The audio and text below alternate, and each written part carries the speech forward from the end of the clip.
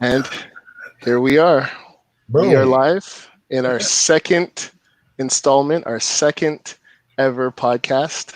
So, Yes. welcome to the Unashamed Truth Podcast with Hello, hello, Terry. hello. And I'm Dwight. And I'm Gift. Yeah, and welcome back. We received quite an overwhelming response to our first our first live stream for this podcast. It was really quite something to kind of just see the response and feel the appreciation. Yeah. So we want to thank everybody who watched our videos, who liked them, who shared them, and we Yeah. encourage you to keep doing the same because it's a great way for us to kind of just get the voice out on these issues and these topics that we're trying to cover. Correct. Being three men of color, three young men of color, we want to make sure that there's a different voice, that people get to hear. And also, we want to start bringing more and more people into the conversation. So it's not just really about what us as men experience, but we also want to cover what women experience. We want to just really open up, man. Open the floor for discussion. Yep. That Yeah. sounds good. So let's start this off by asking, how are your weeks, guys? Man, I'm happy it's getting hot. You know what I mean? Yeah, I for was real. I was out and about yesterday on the streets with my chair, Yeah, you know, tearing up the streets. tearing up the streets, having Yes, my Bluetooth speaker on and nice. everything. Just vibing. Just vibing. You know, my hair is getting thicker by the day. Same here, man. I'm trying to get scruff. You know, I miss my barber. Yes, we all Yeah. miss our barbers, man. Oh, yeah. Hopefully they'll be returning to their professions as barbers post Yes. lockdown. Yes, man. I don't know how I feel if I see my barber wearing one of those blue suits, you know, like. Yeah, yeah. Hey guys, we already have our first comment, and it's from a familiar friend of ours. So we just want to give a shout out to the man, to Mr. Kofi Mr. Bonsi. Bonsi. Yes. Thank you for joining us for our second installment. Mm. And hopefully you'll join us in person at some time soon so we get to hear your perspective on things. Absolutely. Yeah. So, are there any stories you guys would like to look at this week that were in the news that may have touched you in a certain way or had an impact on you? Yeah, man. Eh? Yeah. Yeah, man. It's like I saw this news story on this young black woman who was, you know, killed by the police, and I was like, Yeah. shit. Why is this not on the front pages? Exactly. Yeah, I think we all know which story you're referring to. That of Brianna Taylor, who was a young EMT who unfortunately lost her life in a very tragic way, in a very, I would say, almost senseless way. She was just literally, I think it puts into question, as a black person, are you safe in your home? Even, you know? She was in the comfort of her own home, just chilling with her boyfriend and stuff like that. There was a police altercation involving somebody else. There was like a manhunt or something like that going on, and all of a sudden they just hear a loud knock on their door, and after an exchange with police officers, them within the house asking the police officers to identify who they were, there was no response, and the police officers breached the door, and shots were exchanged. Now they say that the boyfriend had a gun and he has a full license for it. He's allowed to carry his weapon and everything like that. And in the state that they were in, you're allowed to defend yourself in your home. So there's no reason why this should have gone down the way it did, And it's yet another story of just a tragedy, something that didn't need to happen, especially when you consider, like, apparently there's reports that they had found the person in question. So there was no need for them to continue this manhunt, but all of a sudden a person of color ends up once again not even really in the headlines. I don't know if Just I in the think what we may crosshairs. do is well, in the crosshairs, but not even so much in the crosshairs, right? Because the story wasn't even reported; it was just ignored. And I think what really got people's attention was a scene that happened, which I'm going to share with you guys. We'll just watch this video that came from. It was The View, actually, and they were just responding to. They were dealing with the outrage behind what happened. Just give me 1 second to get it up and running. I realized I was going to share the wrong video first. And like So also, I mean, like this also, begs the discussion of, how come like, issues related to like Black women like and violence, they're not highlighted as much as with like Black men. yeah, yeah, I agree. I agree. We hear the stories when I think it's a question of sensationalization, right? Like the media's love these stories because it sparks outrage on both sides and it becomes a talking piece for a little while until there's a case, and then after that they move on to something else. So this is a clip that we saw, and it's actually a reporter. They're discussing a reporter's reaction to the fact that her story went unheard of until somebody decided to start sounding the alarms. So here you go. Like there's been a huge uptick in anti-Semitic and racial crimes as well. And there's one that you don't think is getting enough attention, Sonny. Please bring it up. Yeah, I mean, it's the shooting, death, and murder of Brianna Taylor. I feel like where's the outrage? Because this pandemic that disproportionately affects people of color is bringing to light all the disparities and also the violence that African Americans have to deal with on top of the coronavirus. When Megan's talking about millennials getting screwed over and over again, I just feel like African Americans get screwed over and over and over again. And Brianna Taylor, she was shot 8 times. In Louisville, Kentucky, by the Metro police officers. They entered her house March 13th. She was an EMT and part-time nurse on the front line fighting the coronavirus. They were executing some sort of search warrant, even though the actual culprit had already been arrested. Her boyfriend was inside. The police did not actually knock and announce, and so they thought there was a break-in. And because Kentucky is the kind of state where you can stand your ground and protect your home, he had a firearm and he shot out because, again, he thought this was a home invasion. The police shot inside the home and killed her, and shot her 8 times. And, they actually arrested her boyfriend for shooting at the police.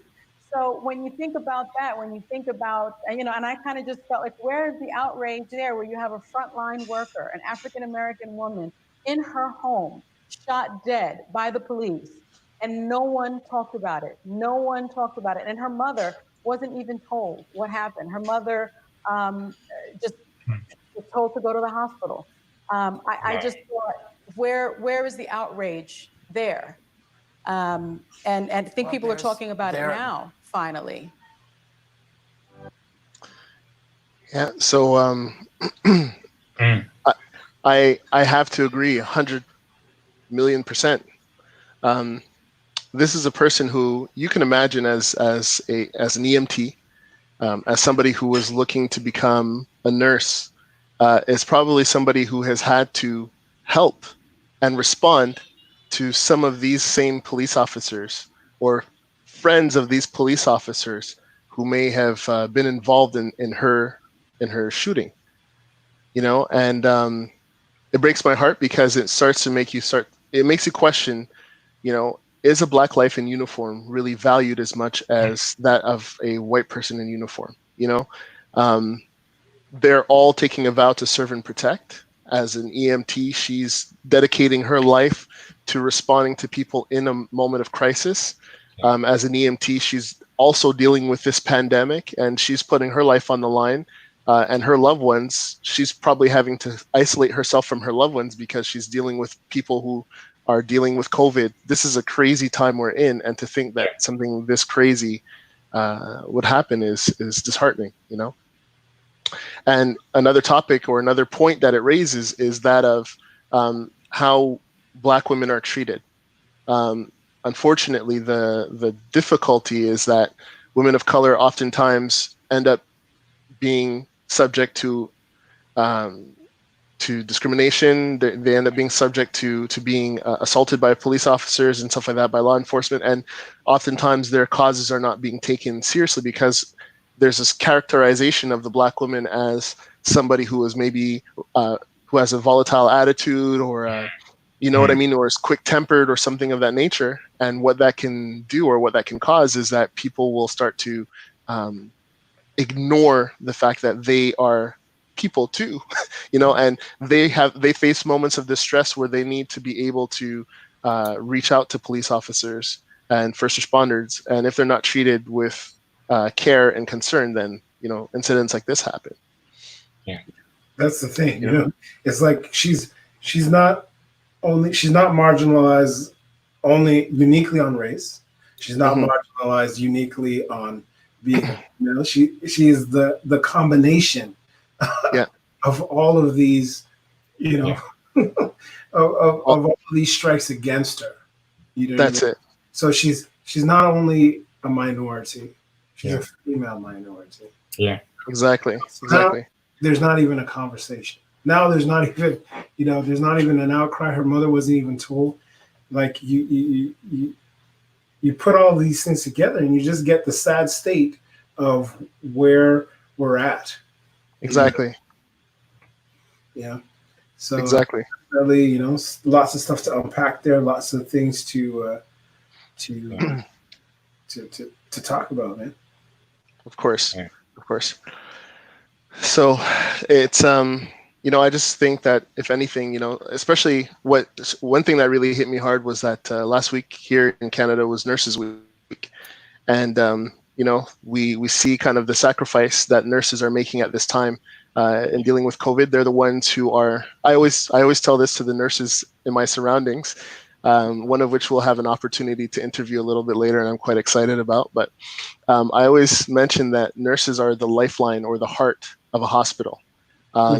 And, you know, fine, doctors may be the face of the hospital because, you know, they want to reassure patients that, oh, we have these brains working here with us. But the people who are doing the work that very few have the heart to be able to do are the nurses, you know. So I just wanted to, you know, it was a bittersweet week because I appreciate so much what the nurses do, but then to be told of a story like that involves somebody whose aspiration was to go on from being an EMT, which is one line of response, to in my opinion, the ultimate line of response, which is being a nurse who would care for patients day in, day out, see after their needs and everything like that. It was heartbreaking for me to hear a story like that, you know? You know, but we need to keep having these conversations, and it's a little difficult for us as men of color to kind of be the ones to talk because it feels like it's a little bit out of place for us. But what we are doing right now is speaking on our sisters' behalf. And in doing some research for this week, I found another video that I thought would be interesting because it talks about more of what women of color tend to face in different realms. So not only just in the professional world, but just in the day-to-day. Before we dive into the next video, I just remember reading like last month on the news about like, you know, how the government has finally like increased the wage for preposés who are working in these long-term care facilities, right? Like CSS. That's right. Etc. Right? It's like these nurses have been underpaid for so long, right? Yeah, grossly underpaid. Yeah, and many of these nurses, they're like people of color, right? And it's like it took a pandemic for their wages to be raised, but it's not even a permanent increase. No. It's something that's only gonna be like this until the pandemic is over, and then things will get back to the usual salary. Correct. That's it. Which is absolutely ridiculous, right? And even much of the shortage of staff that we're seeing in these long-term care facilities has been also due to mismanagement of like the directors within these facilities, right? Like there was one story where the Peposays would report that they're not feeling well, they're feeling symptoms of COVID, and they were not believed, and they were told to come to work. Yeah, right. Yeah, it's ridiculous, man. It's ridiculous. And what the thing that's like really the big negative about it is then to hear, how can I put it, whispers, I guess, in a certain sense, of like different media saying, by the way, like, we suspect that the reason why there's such a big outbreak of COVID here in Quebec is because of immigrants. And it's like, and there was a video that I had seen where a news reporter was interviewing somebody in the Black community saying, you know, is there something culturally that like people of color don't understand about the premise of social distancing? And when you look statistically, a lot of the nurses that work in these facilities, a lot of the caretakers that work in these facilities live in this community that's affected so heavily by the COVID, where that's become a hotspot in Montreal North. But the truth is that they're literally just doing their job, which is taking care of the same parents of some of these people that are making these racist, nasty remarks. Yeah. You know, and it's saddening. I have to say, it's like there's never a good enough. You can never be good enough by certain people's standards, unfortunately. You know, and now, so rather than thank these people for being as brave as they have been, in spite of being paid less, in spite of work conditions that were not ideal, in spite of them voicing their opinions about this stuff and being unheard, they're also having to bear the brunt of some sort of responsibility that people are making up for why COVID is so bad in Quebec right now, you know? Yeah. And it's a saddening, it's a saddening thing. It's like one of those things, like, I don't know, I try to have a positive outlook, but this is one of those things where it's like, man, this is just too much of it. Yeah, it feels that way because what can you do? You know what I mean? That I always look at these things and I hear these stories, and I say to myself, what can I do? Exactly. What can I do to make a difference? What can I do to bring, like, you know, and then you hear the usuals, right? Like, you know, contact your local, you know, MNA or whatever, you know, write letters, do this, you know. But honestly, man, you know, like at some point, it has to go. Like, you know, at some point, we got to get to the table. You know, like, yeah, exactly.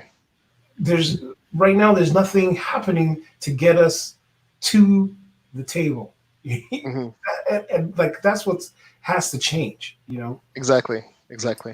My question is, the talk has always been, there's no money to increase their wages, right? Where did the money come from right now? You know what I mean? Right. Where did the money come from? And on top of that, and especially when you consider, because like on top of that, look at the doctors who are now working at the CSSLDs. They're being paid what, about $2,000 a day? I can't remember. It was like some ridiculous amount to actually help like fill in the gaps within these long-term care facilities because there's nobody to work, right? So they're having doctors go in the field and they're being paid exorbitant amounts just to do this. It's completely vexing. But anyways, let's not ramble too long because I know we got Laurie waiting here, and we'll check out this video. And yeah, sounds good. So I'll switch to the video. I lost you guys for a little second, so if I look dazed, it's because there's something up with my internet. It's okay, Terry. I won't take it personal. We'll talk after the live. All right. Okay. You want to bring in? Cool. You want to bring in our guests, or you want to do this video first?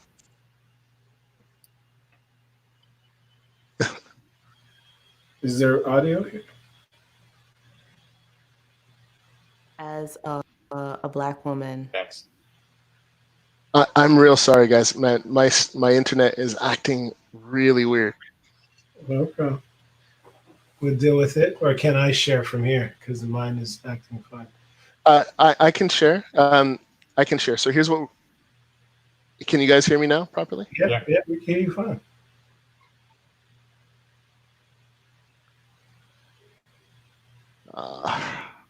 We can hear you fine, Terry. Okay, so what I'm going to do, I'll bring Nurse Laurie into our conversation, and then we'll watch the video. I'm going to drop out, okay? Because I'm not sure that I can have as many people viewing the video at the same time. Okay. Oh, it's lagging. Okay.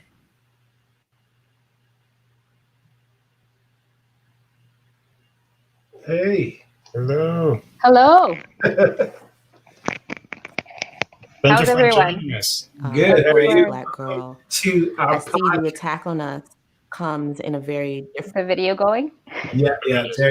Terry's doing this stuff without setting it up. So we're about to play a video. And we're going to have a little talk about it. We wanted to bring in Laurie, which is our resident nurse, on and to get her and her feedback and her take on what's going on. So without further ado, we'll get this video going, and we'll get a reaction, and we'll talk a bit about it.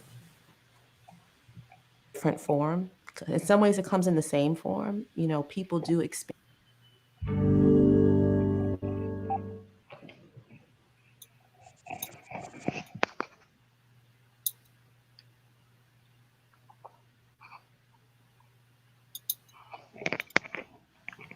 As a black woman who was a black girl, I see the attack on us comes in a very different form. In some ways, it comes in the same form.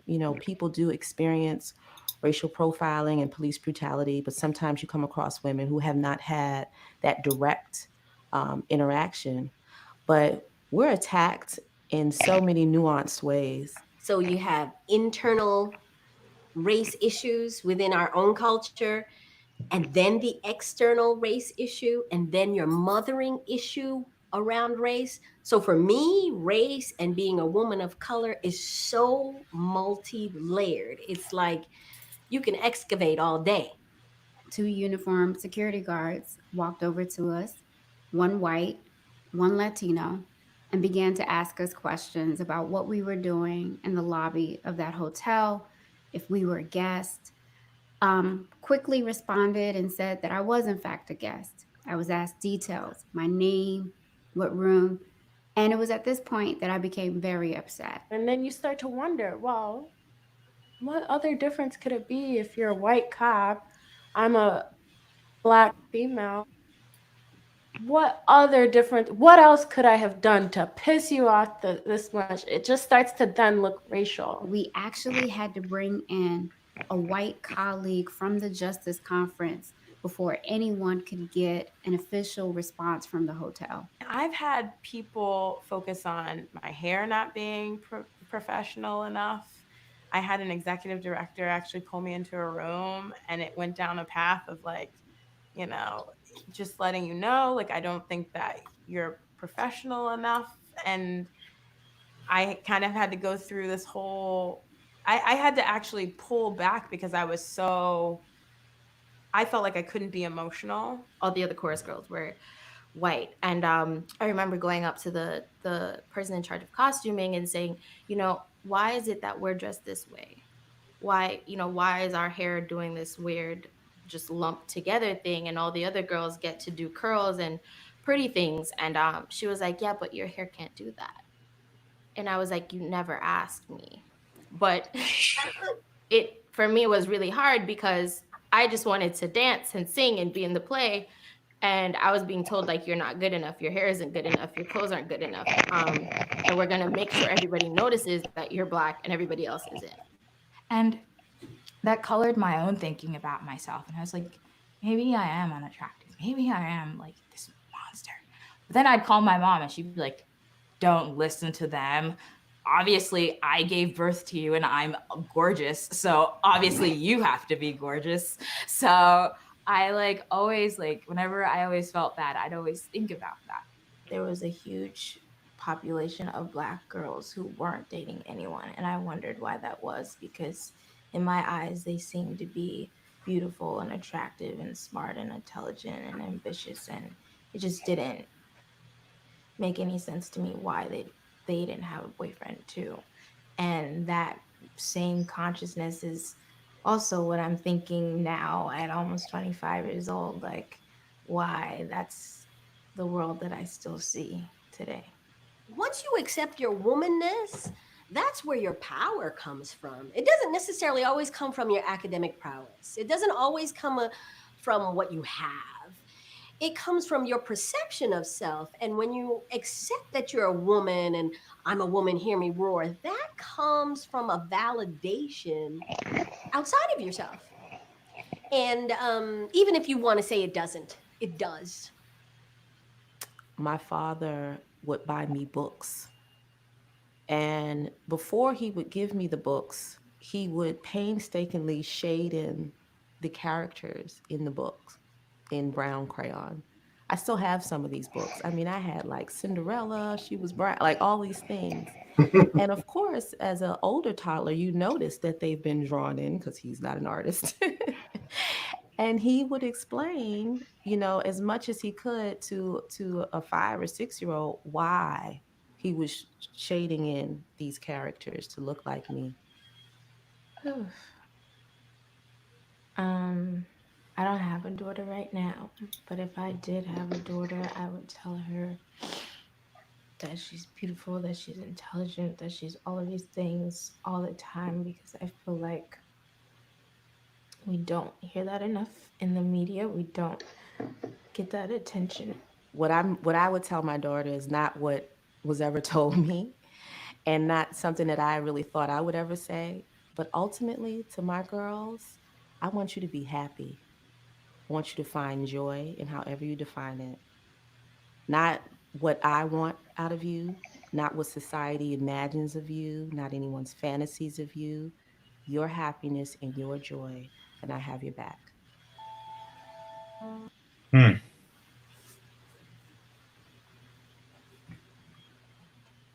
So that video spoke volumes. It really spoke volumes to me because it's interesting to hear this side, So first of all, I want to welcome you to the podcast, Laurie. I know I was experiencing some technical difficulties, so I didn't catch all of what was said. But so for our viewers, Laurie is actually my sister-in-law. She's one of the people I appreciate, I think, the most, apart from my wife and kids, because she's just somebody that's super cool, super involved in our kids' lives and stuff like that. And she's, I think, a super aunt. But on top of that, I think she's also a super nurse and a super individual. So thank you for joining us and taking the time out of your busy schedule for being with us this evening. You're welcome. I'll pay you after the podcast for that intro. There you go. So Laurie, I want to know from your perspective, what spoke to you in that video? I have a lot of feelings now. I think it was very relatable in the sense of many of these things are thoughts in your head that you can't really articulate because it doesn't seem like anyone will understand. And by that, I mean, I have not personally had, I haven't experienced police brutality or like very obvious, racism. But I mean, like in the sense of what we talk about today, of like being stopped and frisked and asking you if you belong there. Like I went to university, I work in a hospital. I've never been questioned as to whether I belong where I am. But in the sense of actually feeling like in some context that you are less than, definitely. And then learning very young at a very early age that I was different, absolutely. And then having all of these questions of what is it about me that is not quite up to par, and what are all these things that I'm not good enough to do, and also why, because I'm trying my best, and to have these questions at a very early age. We're talking, like when you start school and you realize that people treat you different, call you names, or that you realize that we had a friend actually who lived a couple houses down from us, we played with her throughout the summer. And then we realized that her parents didn't want us to come into their yard. Mm-hmm. So they said, it's fine if you want to go out, dans la ruelle and play with these whatever people. They can't come into onto our property. So I must have been, I don't know, 5 or 6, but I remember that. That was my first kind of encounter. That was before school. That was my encounter with but why? And, my sister explaining, some people, they have these prejudices, probably in nicer words that she would have said at the time. But just having that okay, so some people think we're not people. I don't know, can't flesh out what it is at that age, but and they're just being treated in different ways, and having all of those questions in your head. And it was not as much a conversation back then as it is now. Yeah. And my parents having, grown up in Haiti, it's not they have their whole lot of struggle over there, but it's not the same experience of growing up in a place where you are the minority and where you always notice that you're the minority. Exactly. When you're in a room full of people who don't look like you, right? Exactly. And I was going to ask, being in nursing and stuff like that, and the route, following the educational route that you've taken, has it been difficult for you at times to not see a familiar looking face sometimes? If I don't know if they talk about a nurse who did something really groundbreaking or something like that, or a physician, let's say, how has that affected you at times? I would say though, we're in Montreal, and nursing is a field that does attract a lot of people incoming into the country. And so when I started undergrad, I was surrounded by people of all races, of all kinds of places. So that was not really a place where I felt out of the blue and no one looks like me. But I think I have to say that as I went on studying, the people who looked like me were less and less and less. I am a bit of a nerd. I am still studying. But yeah, so when I walked into my classroom for the first time this year, I had that quick moment of, oh, I'm the only Black person here. Okay, this, and we're kind of breaking into, I'm studying to be a nurse practitioner. So this is a new role in Quebec. This is the second cohort. So I'm not that it's a thing, but I am going to be the first pediatric nurse practitioner who is Black. Yeah. And it's just a thing that's in the back of your head and that you know. Yeah. Right. Yeah. I have been extremely blessed, I think, in terms of where I've worked, because I've worked in places that have a whole lot of diversity. And yet still, on the last unit that I was working on, when there would be 2 or 3 Black nurses working the same shift, we would look at each other hey, look at us. Nice. Right. Nice. Which is fun. And also why is that a thing that why does it have to be a thing, right? Right? Why does it have to be a thing? Yeah. But it is a thing. Yeah. Well, that's it. In my field, it's kind of similar. So I'm in architecture, and it's I'm oftentimes, that guy that sticks out, So not only am I 6'5" and almost 300 pounds, built like a refrigerator, but I'm also the Black dude in the room in a lot of functions, So I can understand what you mean. That's cool. That's cool. Quick question for you, Laurie. In terms of the prejudices that you've experienced along the way throughout your life, how have you managed to navigate around that? What has been helpful to you in combating that or dealing with that? I think I'm going to say, for one, time has been helpful, because I don't know that I understood how much it shaped me as I was growing up, because it started at such a young age. So my parents really wanted to offer us the best, right? So they signed us up for this private school, and obviously private school is usually people who have more money, and it was very white school, just to put it plainly out there. And me and my sisters, we all experienced very traumatizing experiences in terms of racism, in terms of being bullied and called names and all of these things. And we all kind of developed our own way of dealing with it, coping mechanisms. And as I was growing up, I say that. So around my 20s, I'll say is when I started realizing how much it impacted who I became as a person and how much I felt like I had to prove myself to other people. I had to be better than they thought I was to prove my worth, right? Because I was not intrinsically a worthwhile person because of how I look for some reason. But I had kind of like internalized that, and I wasn't thinking, I need to prove myself to the world, but that's what I was doing. I need to be kind, I need to be really intelligent, I need to show people that like the fact that I am here adds value. And yeah, when I realized that, it was very painful, because then I started thinking, what is my personality then, other than proving to the world that I am someone worth their time, right? You kind of have to like start over in searching your identity and all of that. So I have to say that my faith really, really helped, asking those questions of God about worth, about where do I go from there? Also having my family around me, my sisters were present to discuss all these things, and we all kind of had these realizations of like, oh, this was not just something that we can laugh at now, right? Because it happened 15 years ago. Remember when this guy beat you up in the schoolyard? Ha ha ha. But actually taking it seriously and try to think of like how it impacts the way that I live now. So being able to open discussions about this, and the current space, I think, is much more open to having these discussions, and that helps to hear that people have these experiences, and that there's a relatable part of this, and it's not just you, and it wasn't just in your head, and you didn't just make it up, right? Yeah.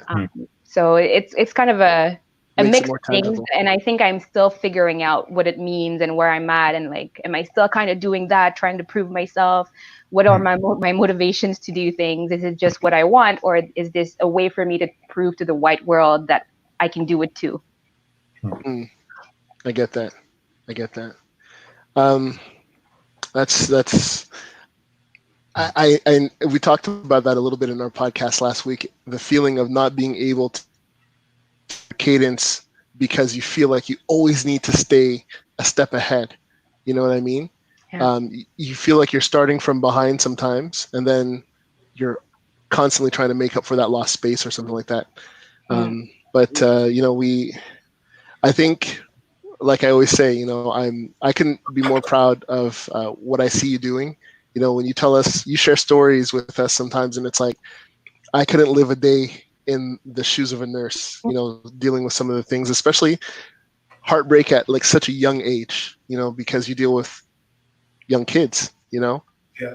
I think it takes a very special heart to be able to do that. It's truly. So a question I have for you. If you were able to return to your first day of nurse school, what would you tell yourself to bring you from where you were to where you are today? What would your pep talk be?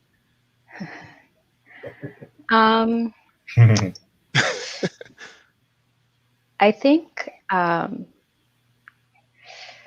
this is hard.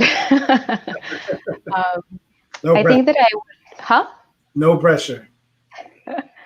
I think I would want to say to stay curious. I think that's the thing that's pushed me to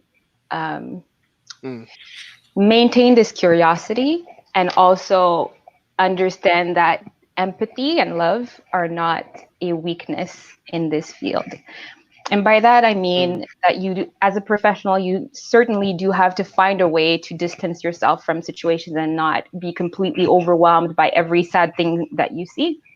But having genuine empathy, I think at first I thought it was me being weak, and I thought I wouldn't make it.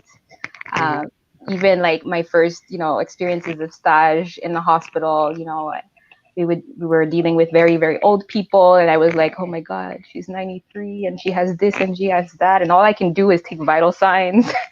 And feeling kind of like powerless and all of that. But noticing that there's power in presence, and there is power in being willing to be there.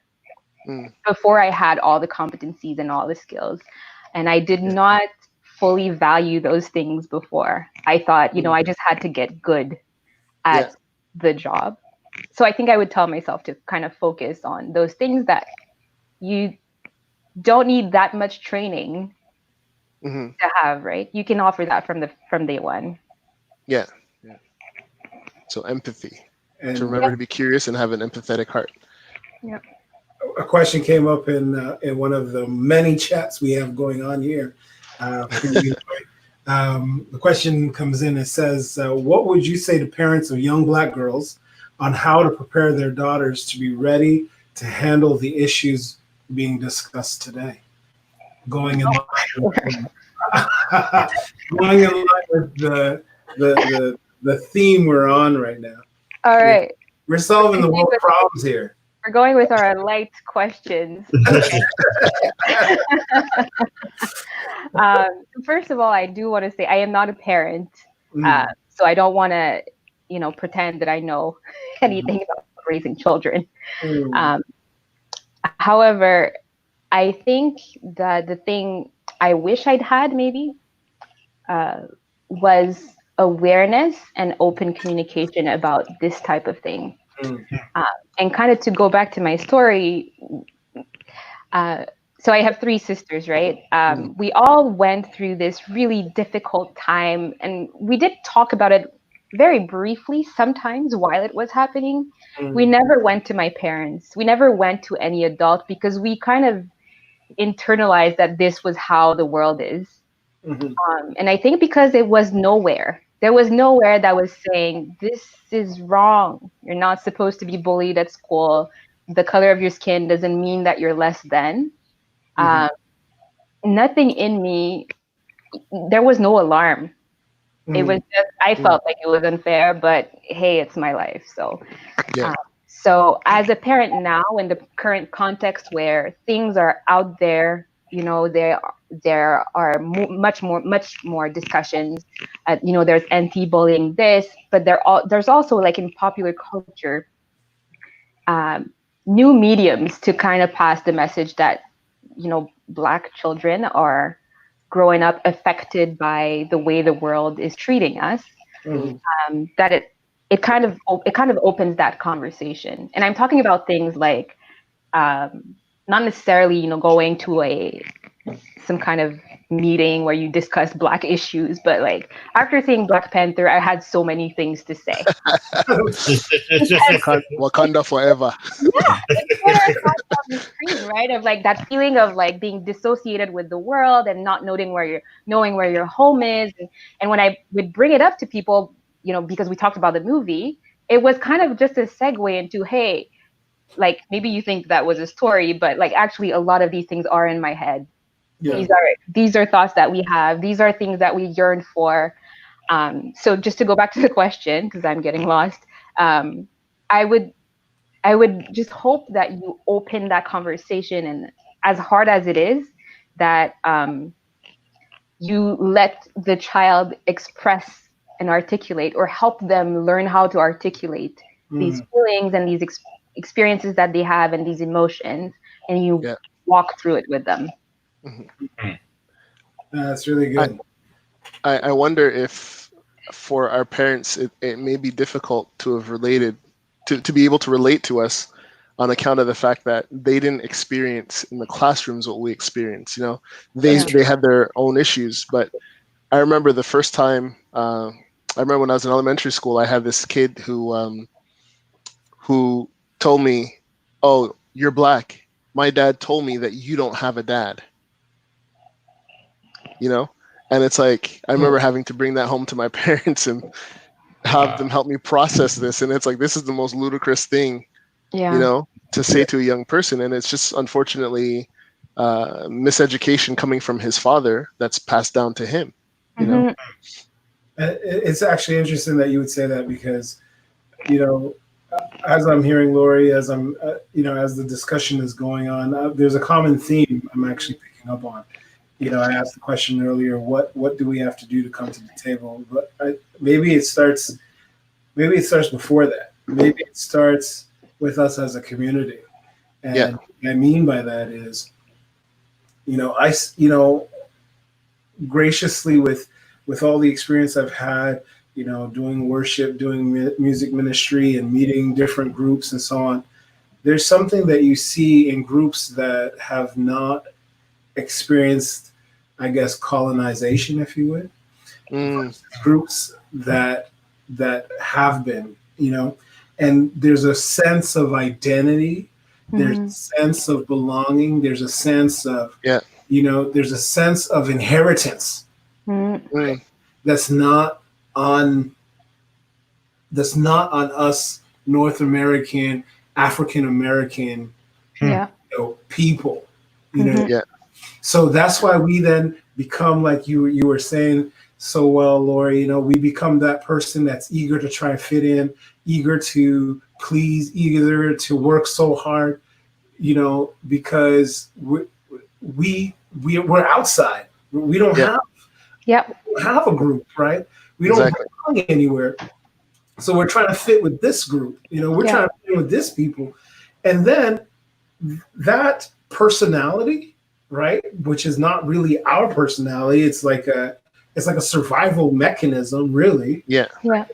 Then gets, tokenized into characters that you see on TV, and the way, we're perceived, what I mean? So hey, if you don't make your friends and your colleagues at work feel like that tokenized person on TV, well, I think there's something wrong with you. You're a downer. You're always talking about whatever issues of race and like, oh man, you're such a downer. You don't make me feel like that guy on Community. So sorry. Go ahead. I think that's where. So I want to say this is I think before we come to the table, we need to come together. From the non-colonized to the colonized, we need to come together as a new people. What that movie did when Black Panther came out, man, what that movie did, man, I really felt like I was like in a brand new community, and I wanted to be loud and proud. I wanted to sport whatever colors. I wanted Wakanda to be a real place. Absolutely. Gotta join Akon and Kanye. For real. You know what I mean? Gift? Yeah. No, I was gonna say, like, like looking at Black, it was really nice to see that unity, because like as an African, like born in Zimbabwe, coming into Canada, like I even struggled with belonging with like my friends in class who were either white or they were Black Canadians, right? And they had their own conceptions of what an African boy lives like back home.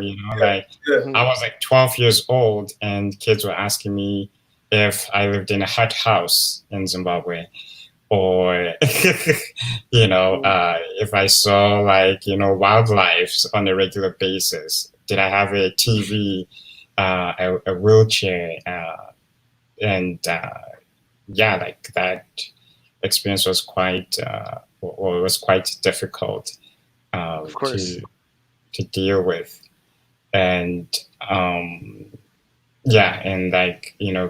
coming from back home, like there's this like idea that, if at least I'm Black Canadian, I don't have to deal with stereotypes or discriminations as much. But I was wrong, because 15 years into being in Canada, you start to experience discrimination within the workplace, within school and university, etc. And there's just a lot of work to be done with society at large, and also within the community as well. Absolutely. And that's why I think, it's going to come down to us. We need to figure us out. You know what I mean? We need to figure out a way to start representing ourselves. I think we may have lost Nurse Laurie for a second. Yeah. She might have fallen off, I think. That's okay. Yeah, you were saying, right? Yeah. Yeah, no, but like just to we need to be about that conversation. There was we need to be about. Let me put it this way: we need to be about figuring out what our identity is as a community, and what we want to accomplish amongst ourselves. There's enough of us. There's enough of us to take ourselves to whatever height we want to reach. And I don't think we should necessarily be waiting to have this conversation either. Right. When I think about it at the end of the day, I think we need to look at ourselves as a community and decide what are the things that we want to achieve, what are the things we want to be about, and we need to go after them. Yeah. So that's kind of like my 2 cents. Yeah, no, for sure. Sorry everybody that we're losing some people to the internet monsters here that are. So Terry and Laurie are experiencing technical difficulties. So we will Gift and I won't. Yeah. Just while we're waiting, Dwight, like just a quick question for you in terms of your first experience of prejudice as either as a teenager or younger than that, or as an adult, whatever you feel more comfortable with. Like just briefly for like 30 seconds. Oh man. For me, my experiences, they started young. They started early, because right away we grew up in the neighborhood we grew up in. We went to the grade school or whatever in that neighborhood. So it was a mix, it was a diverse group of people. There was no one population that was really, the mainstay, if you would, right? So it was diverse, and you just got used to, hey, that's how it is. That's where we are. That's what whatnot. That all changed though when my parents, bought a new condo where they are now, and therefore we changed school districts, right? We went to it was a Jewish run school, and that was the first time that here I am as a 10, 12-year-old kid, right? Experiencing, oh shoot, I'm different. You know what I mean? And you go to you make friends and you go to their house and their parents are not comfortable, and it's obvious, and this was the first time that I started seeing, oh shoot, like, oh, like what is this thing? What is this tension? I had no words to express it. I didn't understand it, but those were the first early glimpses of what it was, and then you add a couple inches to me and Terry, over a couple summers, right? Now, we're facing discrimination for silly things like, I'm a high school student, right? I'm 14, 15 years old. I have a student pass to go in the metro, right? And yeah, I'm tall for my age, but it is what it is. I have a TMR bus pass, student bus pass, so I could go take the thing. And now the metro police come and tackle you in the metro because you have the wrong pass. You know what I mean? It's for me, like, this was my first experience, at 14 years old dealing with this. I had never, nobody could prepare me for that, because my parents never would anticipate a world where that would even take place. You know what I mean? So all of our efforts are always reactionary at best, you know, because you just, like, you know, and anyways, so that's just kind of like where it's been at. But I know we want to bring it to another point here. Yeah. I just wanted, there was one topic while I was experiencing the technical difficulties that I just wanted to say, or one point I wanted to make. So for me, Black Panther was important because of this one thing. And this is not even the main theme of the movie, I think, at least, right? Because everybody was enamored with like just the Black experience, like how cool culturally this is. But the thing that stood out is the difference that a little thing can make between raising a T'Challa and a Killmonger. That to me was the big thing. And that's like one of the girls in the video said it. I think she was a girl that was wearing the blue top and she had the bow. She says that for her, it was having to do that reinforcement of who you are. And that's something that's so key that I do with my girls, because, you know, I have 2 young girls. I have 2 Black girls that are going to go through school and their hair is going to be different than their friends. And I already start to see little bits and pieces of it.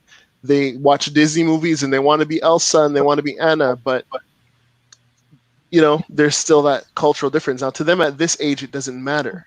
But in the context of being at school with their friends can say, well, you can't be such and such because you're Black. And so I always make sure with Jordan and Joy, I tell them, you're smart, you're beautiful, and you're strong. And the first time I ever made Jordan repeat that was a day where a boy had said something nasty to her at school. And I said, look, Jordan, people are going to say mean things, but what you need to know inside of you is that you're smart, you're beautiful, and you're strong. And it's our thing now. So some days I'll just go and I'll say, hey, Jordan, who are you? And she'll say, I'm smart, I'm beautiful, and I'm strong. And that's what we need to do as a Black community. I feel we need to sit down with our kids. We need to instill these things in them, because we won't always be present when they're facing racism. And especially because it's little, you know, it's not the blatant outright, you know, oh, I have a Confederate flag on the back of my truck, sort of racist. That's the worst. It's the subtle little, you know, they call them, and people take offense to this term somehow, but they call them microaggressions, right? And they say that you're snowflakes for feeling microaggressions. But these little micro things are things that nobody really gets until they've walked a mile in our shoes. You know what I mean? So that's, I think that's the big thing. And, you know, sorry. I just want to say, I do think personally. So first of all, if you ever do one of these sessions about Black Panther, I want to be in. I love that movie so much. I have many things to say, okay? But I actually do feel as though, for me, that was central to this movie. The question was more about identity. And the fact that T'Challa, you know, it was a story unlike others in the fact that, you know, the villain, first of all, was well fleshed out and had a real history and had a real motivation. But also, ultimately, his argument was right. And that T'Challa eventually turned around and said, hey, we've been wrong this whole time. Right? Like, and the reason he was able to look at everything and say, hey, we've been doing something wrong, is because he had something to go back to. And for me, like, so in the movie, for me, that scene is, you know, when he goes and becomes Black Panther, he goes back to his ancestors and all of his great grandparents are there, all of those kings. He knows where he's from. And when Killmonger goes and becomes the Black Panther, what happens? He goes back to that room in Cleveland with his dad, and there's nothing before that. There's nothing. That's where his story starts. He's not tethered to anything. He doesn't have a history. He doesn't have an identity, and he's lost. Exactly. And so he can't go back and say, maybe part of what I did was wrong. No, he's angry with reason, right? And I think that it's so hard to explain why we're angry sometimes. It's so hard to explain why no amount of you saying, you know, I didn't do those things to you. It doesn't matter who did them. But the fact is, I am who I am now. And I live my life the way I live it now because I grew up knowing that I am dissociated. I'm not who I could have been. I don't know where I came from. Yeah. To me, I tell you, I can preach about this movie all night long. That's exactly it. You know, that's why, to add to both the points that you and Terry are making, we cannot preach this message to our children in a vertical fashion. In a silo. We have to preach this message to our communities. We have whatever instruction we want to give our children, we need to give the single mom with the kids across the street. We need to adopt them. You know what I mean? We need to adopt one another. We need to widen our community so that it can, because it cannot remain. We cannot remain as island Black people anymore. Yes, I agree with you. Because that's the, you know, we're used to operating as Black people where we're the only ones we're the only Black people in our community. That's true. Yeah. You know, and this is what we have to change. You know what I mean? Like, if we get our story now, so that, you know, Killmonger, when his story goes back and he has an inheritance, that is when we're not talking about coming to the table. We have our own table. Exactly. Yeah. Point made. So on that note, I think the last thing left for us to do on our list, guys, is we just want to take a minute to acknowledge all of the healthcare workers and say a special thank you for the work that they're doing to keep us safe right now. We're facing an unprecedented time right now with COVID-19, and a lot of things feel uncertain to us. So we came across this little clip that we wanted to share. And I'm just going to go to it now, and that's how we're going to close off the video. I just want to thank Nurse Laurie again for joining us. Little thing as the healthcare worker. No, that's more. My bad. Sure. Sorry, Go I just ahead. want to say a little thing. So I was listening earlier, and I think so. I'm really grateful that people, you know, are seeing the work that we do on the front lines. Well, that we do. I'm currently in school, so I'm not actually working in the hospital. But my colleagues, you know, are working, pouring their heart out. They're scared. They're stressed out. This is like unseen, right? And I want people to be careful what they say and how they say it. We are not pitting one type of professional against another. I work closely with all kinds of healthcare professionals, and I don't want, you know, the situations are so complicated. The doctors are making this much money. The nurses don't have enough equipment. The PABs are underpaid, and it's been, you know, a problem for years. But in the reality, you know, the doctors that I work with are amazing. They're not, you know, all money grabbers. They're making a living, and they're using their expertise, and they have put in years and years of their lives, and they are now on the front line as well.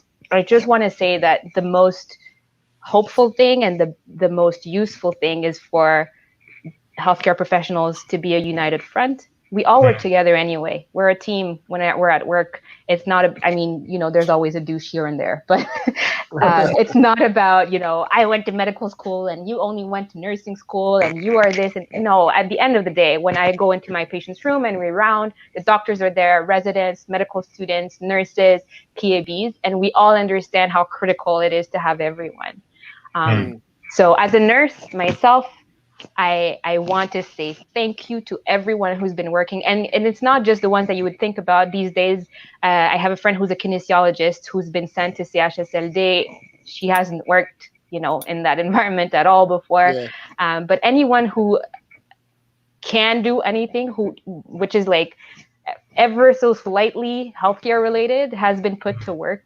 So I think it's important to recognize that it's not one over the other. It's anyone who's had a hand in helping and trying to make the situation better. We have to remember that, you pitting one against the other doesn't bring anything about. Well said.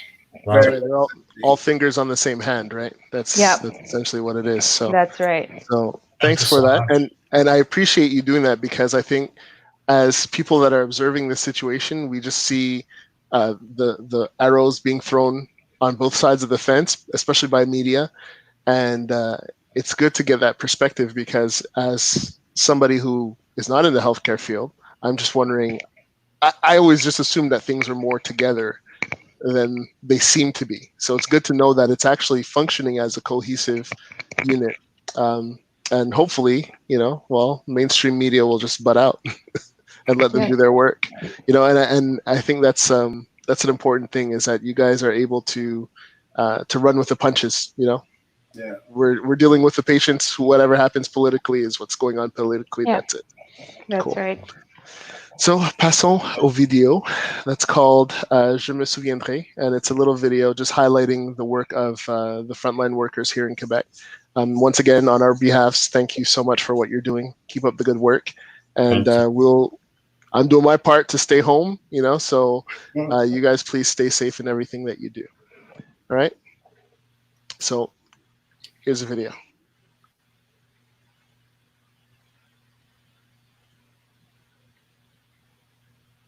Those very same people that we call our heroes and our guardian angels quite often are those that are not being valued. A video starring Quebecers of all ethnic backgrounds on the front lines of COVID-19 is going viral, aiming to fight racism and remind us to remember who fought for us once the pandemic is over. My motivation is that I grew up knowing that there's many, many people who are sometimes invisible in society, and they contribute and they're not valued in the best way. My mom is a nurse. In the video, frontline workers read a poem written by Fabrice entitled Je me souviendrai, or I will remember. In it, he compares fears of COVID-19 to fears of immigration, described as a foreign threat that takes jobs. Fear becomes love, because the same people that sometimes we fear are the very same people that contribute as essential workers. And they're in the video saying, I'm here with you, in solidarity. Ismaël Sec is a teacher featured in the video. Je viens d'où? Ici. C'est chez nous. He recently made headlines after Benoît Dutrisac, a prominent French Quebec host, attacked him on Twitter. Ismaël tweeted in French, I hope Quebecers will remember the refugees putting their lives in danger to save our seniors in long-term care. Dutrisac responded in French, your comment is insulting to the... My bad. I shared the wrong video. I do apologize. I have the right link here. Sorry, guys. Technical difficulties have plagued me all night. So here, let me share this one instead after the ad.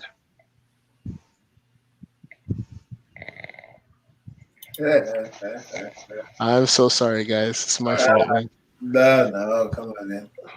Okay, so we're gonna do this. Share screen. Keeps it authentic. That's it. Yeah.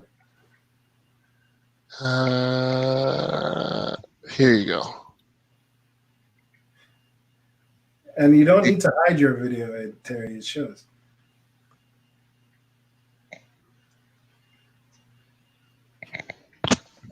Is it playing the audio? Yeah.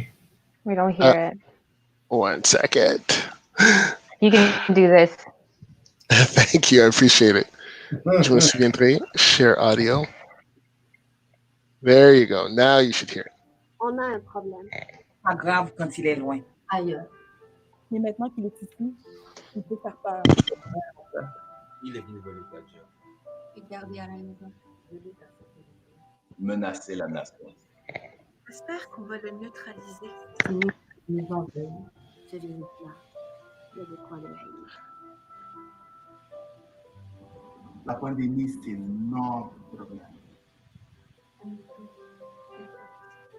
All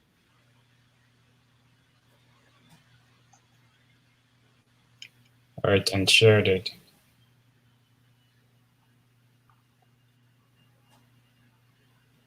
Oh, sorry. My bad. It's they were meant to close out this on a conversation. I'm sorry, guys. Do you guys see it now? Yeah. Okay, I'm so sorry. On a un problème. Pas grave quand il est loin. Ailleurs. Mais maintenant qu'il est ici, il peut faire peur. Vraiment peur. Il est venu voler ta job. Te garder à la maison. Violer ta sécurité. Menacer la nation. T'espères qu'on va le neutraliser? Sinon, il va nous envahir. Ce virus-là, il y a de quoi le haïr. La pandémie, c'est notre problème. À nous tous et toutes. Et moi. Moi. Je suis ici avec toi.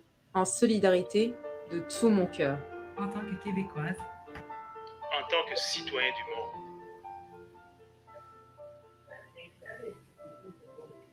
Pendant que tu es confiné, tu te sens comme en prison. Dehors, les gens sont éloignés. Certains se méfient de toi. Et surveille tes actions. Moi, j'assure la sécurité. Je maintiens le climat de paix. J'enseigne à nos enfants. Je soutiens les plus vulnérables. Je soigne nos malades. Je viens d'où? Ici, c'est chez nous. Chez nous. Chez nous. Chez nous. Chez nous. Je suis préposée aux bénéficiaires. Je suis infirmière auxiliaire. Préposé service alimentaire. Je suis intervenant. Propriétaire d'un dépanneur. Médecin. Je ne suis pas un ange gardien. Juste une personne comme toi. En première ligne, au quotidien. Tous les services essentiels. Laisse présager un arc-en-ciel. Mais demain, il est déjà ici. Il est de toutes les couleurs. Je t'invite à dire aujourd'hui. Je.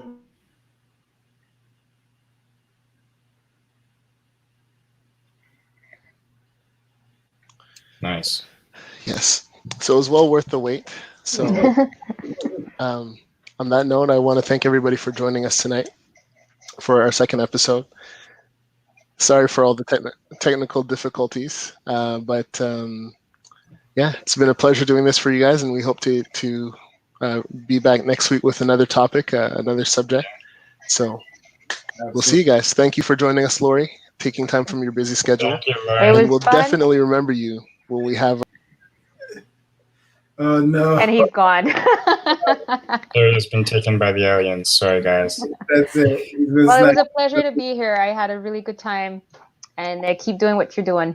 No, thank you very much, Laurie, and congratulations to you on your studies, and praying for you, and as you go through it and as you do it, and definitely excited to hear about you being the first. I can't wait, and and thank you so much for bringing your perspective tonight. Yes, thank you. Thank you. All right, thanks everybody. Have a good night. Bye everyone. See you. Bye.